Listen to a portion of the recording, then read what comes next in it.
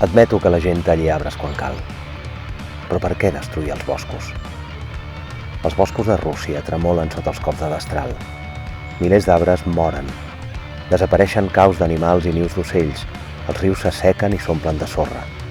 Desapareixen irremissiblement paisatges meravellosos. I tot això perquè a l'home li fa mandra ajupir-se a collir de terra el combustible que necessita. L'home té el do de la intel·ligència i de la força creadora per multiplicar allò que li ha estat donat, però fins ara no ha creat res, només ha destruït. Cada vegada hi ha menys i menys boscos, els rius s'assequen, la caça desapareix, el clima s'altera i cada dia la terra es torna més pobra i més lletja.